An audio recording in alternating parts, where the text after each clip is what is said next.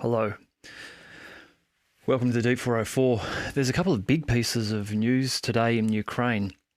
One of them, the reported sinking of a Russian ship in the Black Sea, the Ceaser Kunikov.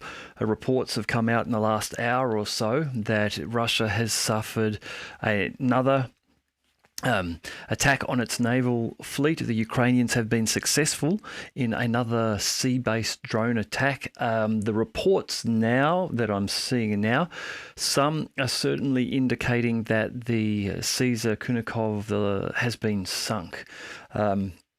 I'm not sure if that is to be trusted just yet. It's very early.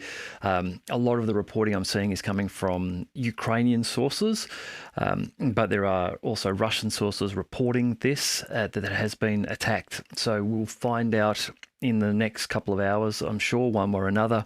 The other big piece of news is the reported strike on Selidovye, which is west of Donetsk, west of Avdiivka.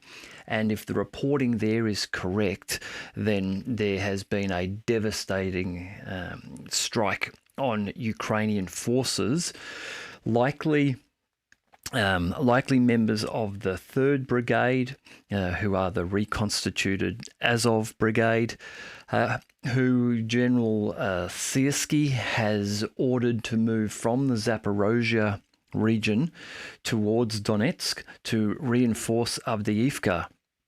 It appears as though those troops may have been housed in Selidovye, and the Russians gained awareness of this. Reportedly up to 1,500 troops may have been housed relatively close together in some sort of civilian type housing, dormitory type housing. I don't know what the building may have been. Reporting is that attack was carried out with Iskander missiles and Smerch rockets, both of them equipped with cluster anti-personnel type munitions. Not known where the troops were in relation to being inside, outside, preparing to leave, buses, what may have been happening. That detail hasn't come through yet. But if a number of Iskanders were used on this, along with the Smerch rockets, then the Iskanders are very powerful missiles. These are over 7 meters long, 24 feet long. Each one of them weighs about 4 tons. They travel, when their final terminal approach is about Mach 5.9. So they're traveling at the speed of 2 kilometers per second when they impact. So the pure kinetic energy of 4 ton of metal exploding at that speed. Now, if they are releasing multiple cassettes, cluster munitions, the damage that they would do, I imagine, would be devastating. So those two large pieces of news, kind of leading, I guess, what we'll talk about tonight. There is, of course, the ongoing frontline in Ukraine and the advances that are being made by the Russians. This is occurring, as I said yesterday. I showed some maps, and I showed the areas along the front line where there are Russian advances in the last few days, and they are all along the front line. Even a number of pro-Ukrainian channels today on X are lamenting the fact that this is happening and what is going on. Avdiivka, which is probably the most talked about battle at the moment. Avdiivka, that township of approximately 30,000 people prior to this conflict. It's a long, sort of thin township. It has now been cut in half by the Russian forces. The Russian forces have pushed down from the northeast and cut across to the southeastern side, where there was the one remaining supply road, which was allowing some form of access. Today, that road has been reached by the Russians. They have apparently set up positions giving full coverage of that road. So now the southern group of Ukrainian forces in the southern part of the city their ability to evacuate now is heavily restricted. There are reports they are no longer able to evacuate their wounded, even if they did wish to leave. Now they are going to be restricted to trying to evacuate on foot through fields, and those fields from video I saw today appear to be muddy, and seriously muddy, chewed up by tanks and heavy vehicles trying to move through them. They will be relatively easy pickings travelling at slow mud walking speed for FPV drones and even artillery. And the Russians have the escape routes, it seems, fairly well covered. There is the opportunity for these Ukrainian forces to call the Volga line. The Volga is a radio frequency which the Russians have established to enable Ukrainian forces, if they wish to surrender, to call on that frequency where there are Russians monitoring it, and they will then enable the surrender of those troops. Now, I haven't heard of that happening yet in Ukraine. Clearly, the men fighting in Ukraine are either incredibly brave or are forced. There are reports that there have been Ukrainian troops behind them to prevent them from retreating. This may or may not be the case in Avdiivka, but it has certainly been discussed and suggested that this is happening. Regardless, they are trapped now and surrounded by Russian forces. The group in the northern coke plant area, the coke plant is coming under heavy aerial and artillery bombardment. Fab 500 and Fab 1000 bombs reportedly being used on the coke plant to destroy the above ground defences and fortifications that the Ukrainians have there.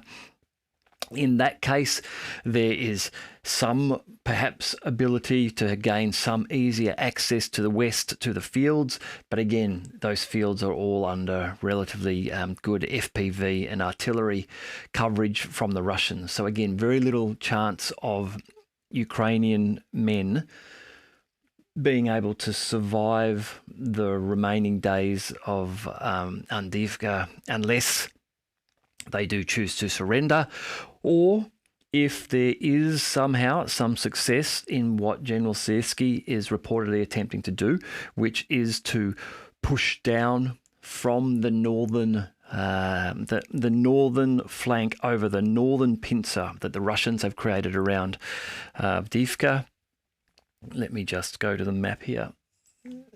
So here we are. This is Donetsk city down here at the bottom, and this is Avdiivka here. There is suggestions that what General Syrskyi is attempting to do is to push down through this area here, to cut off this northern pincer by pushing down here towards coming in from the north of Krasnohorivka and attempting to then sort of cut down underneath Stepove perhaps and shave off some of this Russian-controlled territory, force those Russians then into their own sort of pocket and cauldron and focus them on defending themselves, perhaps then relieving some of the pressure around the northern coke plant area of Avdiivka. The area I spoke of before, just one moment, sorry. Here, Selidovye. This is, where are we? Maybe, looks like it might be 20 or 30 kilometres. 30 kilometres spot on west of Avdiivka. And so this is reportedly where these troops were being massed, having been pulled up from the Zaporozhye region through these areas around here, around perhaps Robotne and Verbova, this area here, the Vremka Ledge around here, Staromayonsk and Urozhne. These areas, I believe, is where they have been pulled from. This in itself gives an indication that the the Ukrainian position on these areas where the Ukrainians made advances during their offensive may now be given up in preference for this desire to retain Avdiivka and not let it fall. Now, what else is somewhat interesting about this is some commentary from Alexander Mercouris today on his YouTube channel. Alexander indicated that one of his sources had provided him an email and was suggesting that the troops that were being pulled from the Zaporozhye region to be thrown into the conflict in Avdiivka may have contained the 3rd Brigade, who were previously the Azov Brigade, reconstituted as the 3rd. And more interestingly or intriguingly, that the brigades that are being pulled from Zaporozhye to Avdiivka are ones that were previously loyal to General Zaluzhny. Now, General Zaluzhny has just lost his post to be replaced by General Syrskyi. Reportedly, General Zaluzhny and President Zelensky disagreed on many things, Bakhmut being one of those, where General Zaluzhny believed that the Ukrainian armed forces would have been better to let the Russians take Bakhmut at an earlier stage and avoid the heavy losses and instead focus on defences. General Syrskyi, the new commander, seems to be far more aligned with President Zelensky's desires and has committed to holding Avdiivka.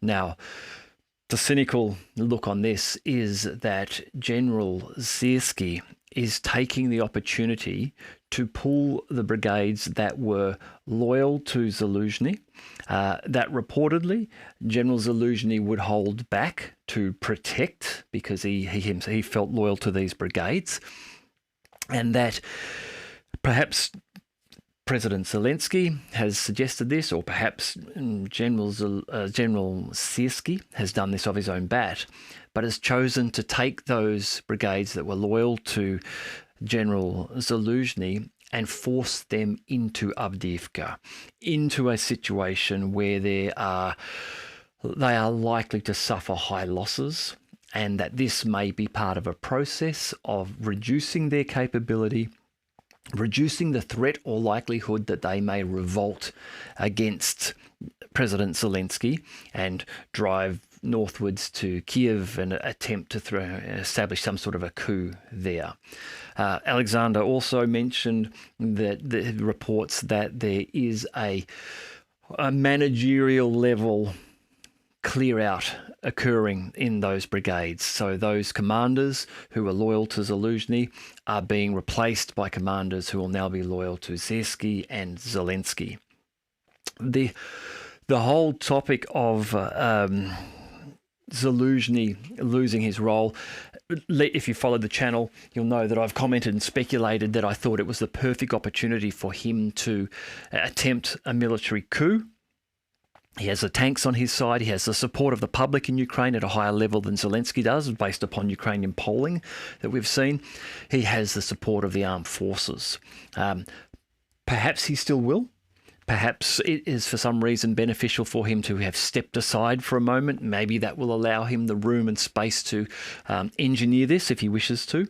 However, in last week's video report showing Zaluzhny receiving the Order of Ukraine, Merit of Ukraine award from President Zelensky, I could not help but adjust my opinion on the coup probability based upon the way I saw them interact.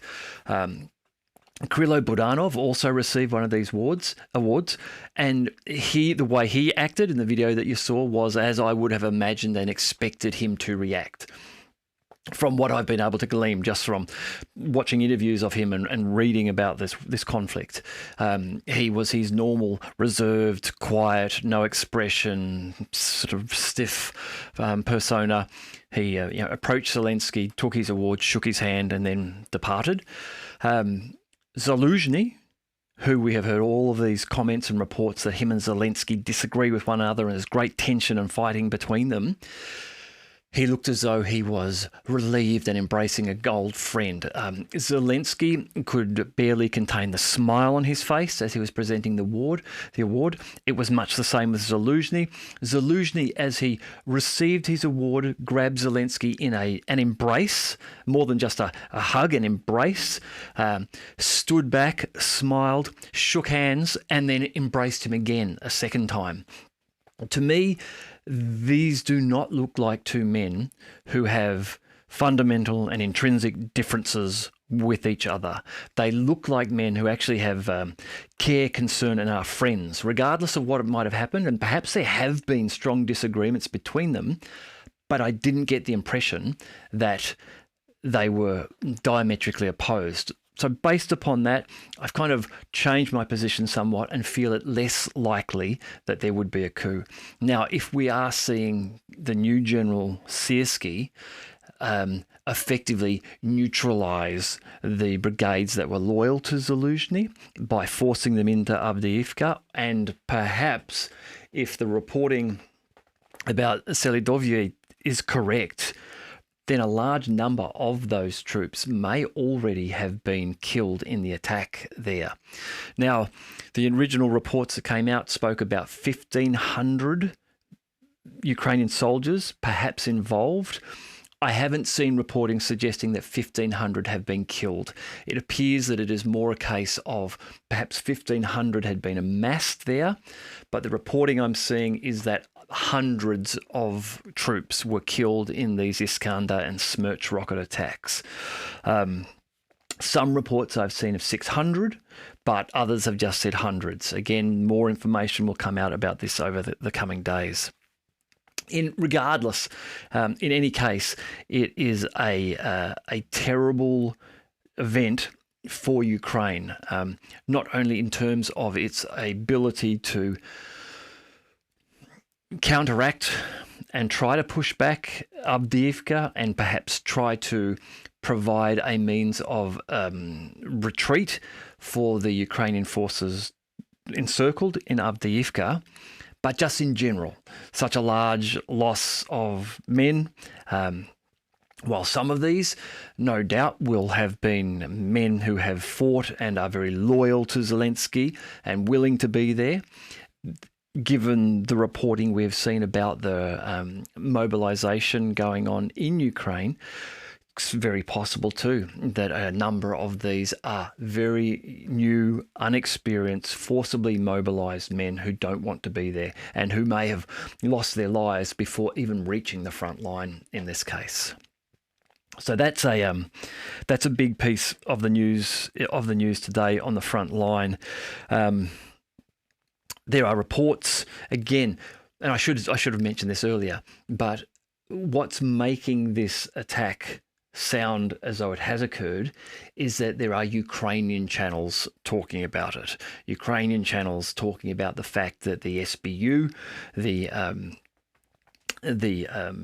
intelligence, like the organization within Ukraine, is now there and investigating. And this is reportedly because they believe that there will have been some people assisting the Russian missile launches, someone spotting for them, giving them information as to where exactly these troops were. And so reports are the SBU are now looking to try to find those people. Other news from Ukrainian channels. This is from Resident, who I've spoken about Resident before. They seem to be a very reliable channel. They are claiming, their sources are suggesting, that Ukraine has ammunition for 8 weeks of fighting.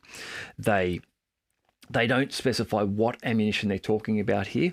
I imagine this is primarily artillery shells is what they are talking about.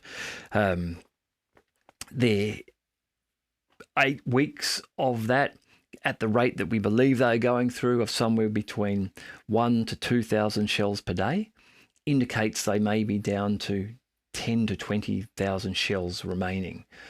If that is the case, and if they're not resupplied very quickly, then these series of Russian tactical advances that we're seeing all across the line, these small advances of 100 meters, 300 meters, maybe a kilometer here and there, may rapidly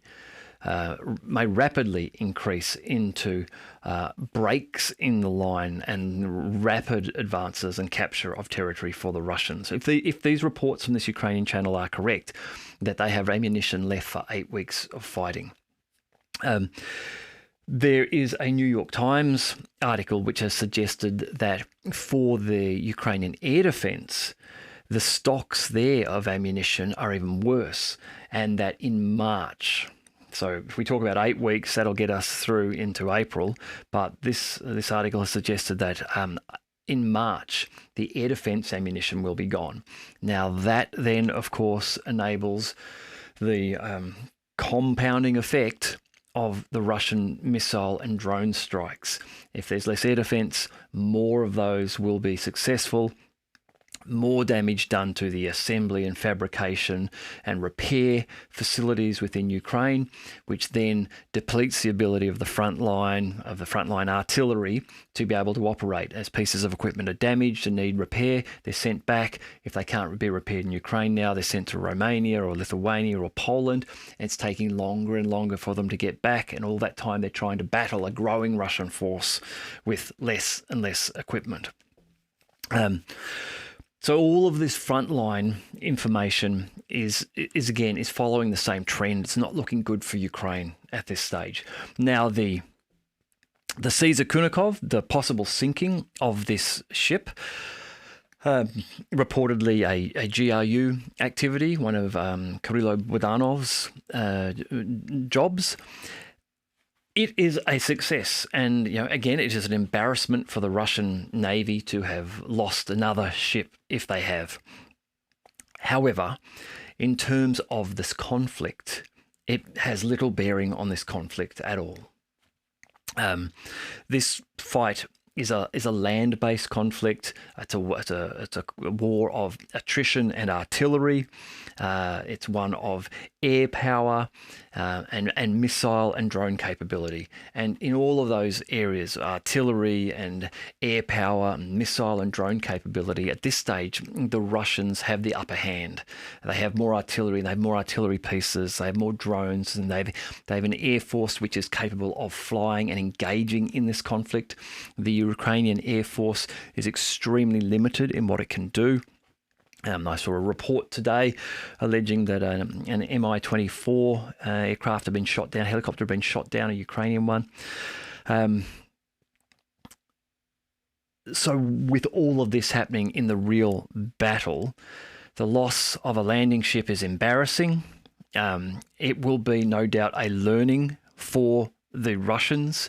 I've already heard someone suggesting, or read someone suggesting, that very rapidly we can expect to see the likes of sandbags and anti-personnel directional mines placed on the outside of ships, and they will be set up so that when a sea drone approaches, it will just fire out like a claymore. It will just fire out, however many 500 or 1,000 steel ball bearings will fire outwards from the ship, doing no damage to the ship, but doing enough damage to either incapacitate or destroy the incoming sea drone. Now, these sea drones, I haven't seen footage of what was involved in this one, but in the past, we've seen them sort of ranging from things the size of what looks like a large jet ski, maybe a large two-person jet ski loaded up with explosives.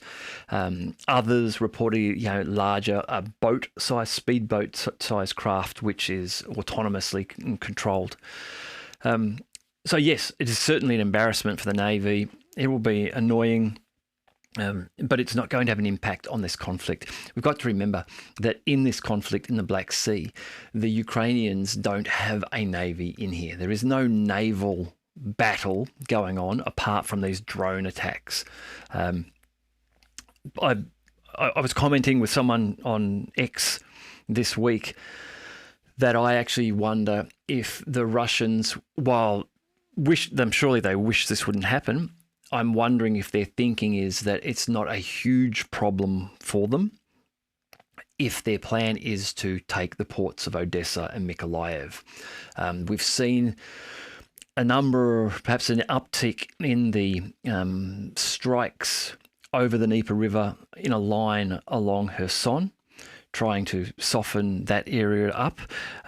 We've also seen in Nikopol on the, I can show you here, in Nikopol on the Novakhovka reservoir here, Nikopol, just across from the Enerhodar nuclear power plant, which the Russians control. There have been reported strikes again here recently. There's also been pushes and advances here on the eastern border of the dried up reservoir bed. The Russians making advances here, and these strikes indicated in these red dots all along the Kherson area, which is, I'm suggesting, maybe the early preparation stages for the Russians to be able to establish some routes across the Dnieper River.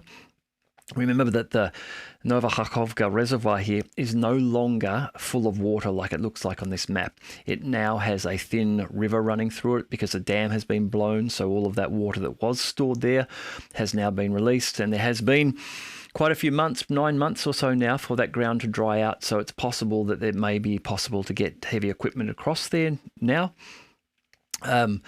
As I say, and this may be leading to the Russians working on a plan to take Mykolaiv and Odessa. Now, if they do cut off Odessa and Mykolaiv and capture it, then they don't really need to then concern themselves with engaging these sea drones, because they will have taken Ukraine's access to the Black Sea away, and the threat of sea drones will be gone at that stage. Whether that is actually the plan or not, I'm just guesstimating, but it seems to make sense that might be part of the plan. The Russian Ministry of Defense numbers are interesting. 2 days ago, 825 men. That seems to be within the normal range of what we've been seeing over the last couple of weeks. 700, 800, occasional days at 1,000. Yesterday, the report from the Ministry of Defence is a high number. I think it's the highest number that I've seen.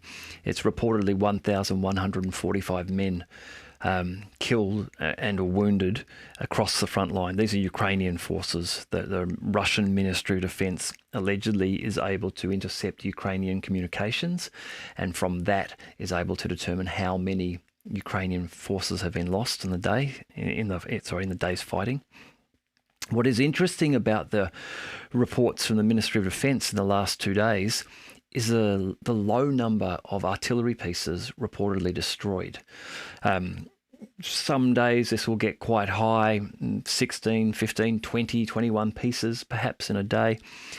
2 days ago, only 8 pieces were reported, and today, only 2 pieces. Now, it's possible that some of these will catch up. Maybe there were some pieces destroyed today. They haven't been reported. They'll turn up tomorrow, and tomorrow's reporting will be high. But a couple of low days like that is interesting. And again, this is starting to make me wonder if the Ukrainians are struggling for artillery now. About 2 weeks ago, when looking at the artillery, we saw a heavy uptick in the number of self-propelled units that were reported as being destroyed. And that, to me, was an indication, again, that the Ukrainians are perhaps losing their anti-artillery counter-battery radars. We've seen reports of many of those ANTPQs being destroyed, and they're the piece of equipment which allow the Ukrainians to determine where the Russians are firing their artillery from and then target them accurately. If you lose that, and the Russians haven't lost their radar, they now have a significant advantage in that they can target you accurately, and you don't know where they're firing from, so you're firing back blind to some extent. Obviously, there are things like FPV drones and other ways of detecting, but these radars are able to track in real time as a shell is coming in and tell you where the location is and where to aim. So the low number yesterday and today may be an indication that the shape of the fighting has changed in some respect, may be an indication that the artillery pieces, as I've suggested, are being destroyed and aren't being replaced, and the number available are decreasing, hence the number destroyed is decreasing. Now, if I'm wrong on that, then over the next couple of weeks, I will expect to see these numbers go back up again to be 15 and 20 pieces of artillery destroyed per day. If they stay low, then perhaps we are seeing a trend, and that may be the explanation for it. There is a lot of reporting today too coming through on social media of Russian reports in areas around the south of Kupiansk, the Krasny Liman area, around the Serebryantski forestry area, reports that there are Ukrainian troops that are just retreating. They just, as the Russians are approaching, they're just giving up their positions.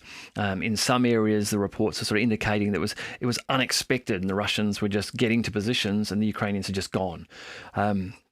Now, these sort of things, perhaps, if they are to be believed, if they are happening, may indicate all of these things are happening together. The number of pieces of artillery in that area to be able to support those positions, to be able to keep the Russians at bay, is decreasing, such that the Ukrainian forces are feeling that it is pointless. They're going to be overrun, so they are just retreating, perhaps retreating back to a fortified location and starting again to defend, perhaps in some cases just retreating out of there.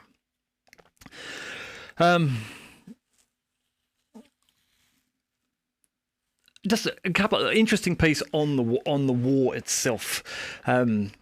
In Munich, the G7 Annual Munich Security Conference is being held. And I've picked this up from a new Ukrainian channel that I've started following, zeRada. This is just an interesting sign of support for the conflict. So they have a security index where each year they go around, they ask all the members of the G7 and other nations, what is your top threat there? Now, Russia has dropped. They've dropped overall to, I think, 4th or 5th place. Italy has reported them now as being the 12th highest threat on their list. The top three, sort of averaged out over the G7 nations, are the environment, cyber attacks and security, mass migration and radical Islam are the ones that are reportedly the top. So what this is saying is that at the time when when Ukraine needs support from Europe more than before to continue, because if it's not getting its American funding, it needs European funding to continue. Right at that time, there is this lowering, it seems, in the G7 nations of their perception of Russia actually being a threat to them. Now, this is interesting when you counterbalance this with the news reports we're getting out of the likes of Sweden, Poland, Germany, and the UK, where they are talking about the fact that Russia needs to go to war and getting themselves heightened and suggesting that, there might end up being some sort of conscription again in the UK and we need to prepare for war. So on one hand, we're getting that. And then on the other hand, from the security people, you would imagine, from the G7 nations, they're actually saying, nah, we don't see Russia as such a threat. These other things are more important to us right now. That's not good for Ukraine in terms of getting funding from the European nations. If their own security apparatus is saying it's not that much of a threat, when they're having the budgetary meetings, it's going to be harder to get people to agree to provide that funding. zeRada also mentioning concerns about how Ukraine will pay its massive debts. A lot of this money that is being given to Ukraine isn't just being given to it gratis. It's not given and just you have it and use it. A lot of it has to be paid back. There are strings attached to a lot of this funding. Concerns that the zeRada raising are that the likes of the major mega corporations in companies like BlackRock, for example, will look to cash in on that debt and say, well, to pay for that debt, we will take all of this land in Ukraine. Now, areas of Ukraine are known to be rich, fertile. If you have seen some footage of Ukrainian trenches when they're dug in some areas of Ukraine, trenches are dug to be about 7, maybe 8 feet deep. You can see in some of them the amazing black, rich soil which extends 6 feet down. So some of the ground there is incredibly fertile. The concern here is that this will be lost to Ukraine.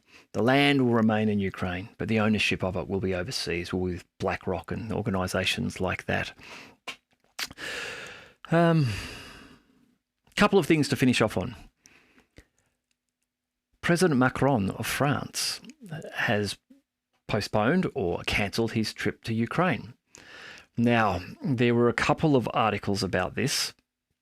One of them suggesting that there were 2 recent French aid workers who actually weren't aid workers and that they were killed perhaps north of Odessa somewhere.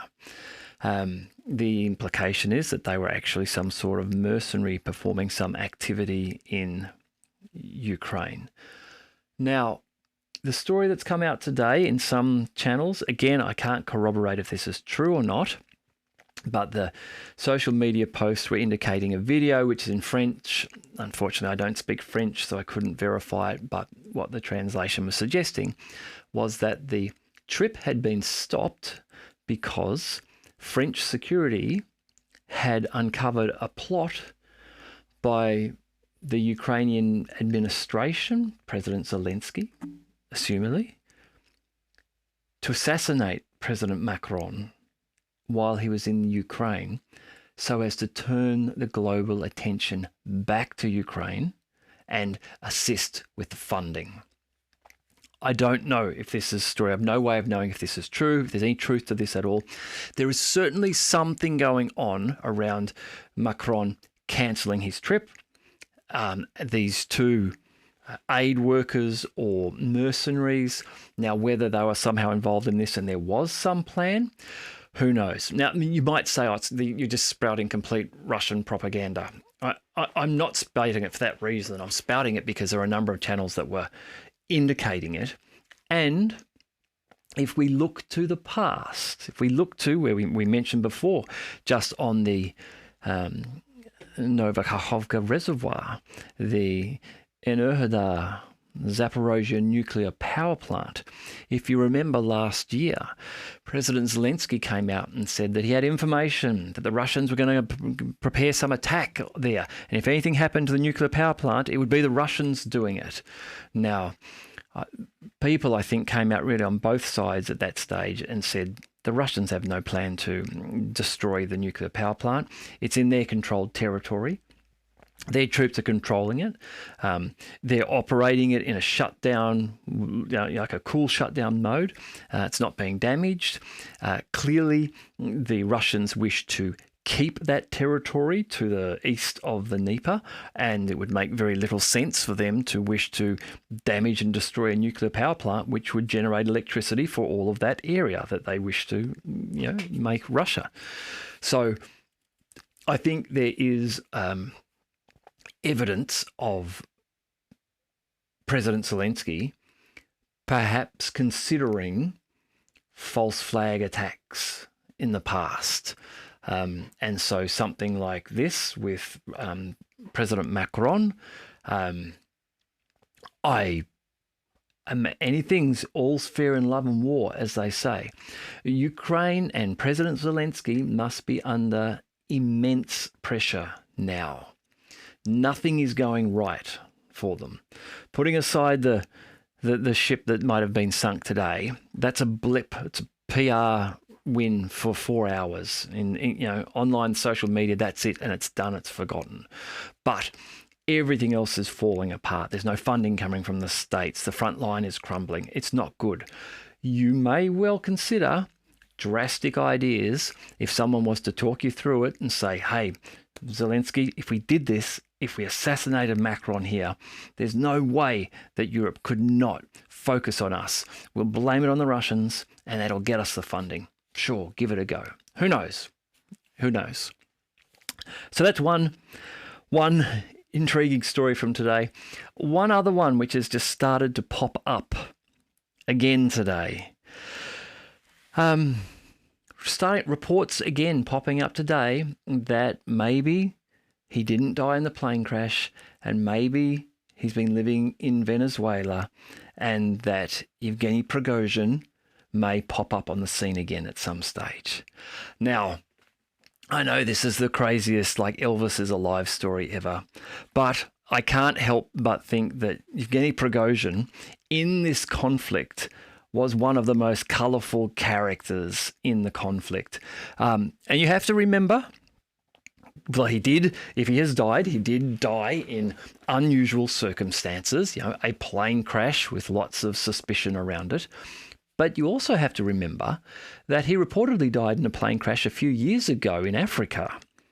And then that was found out to be incorrect.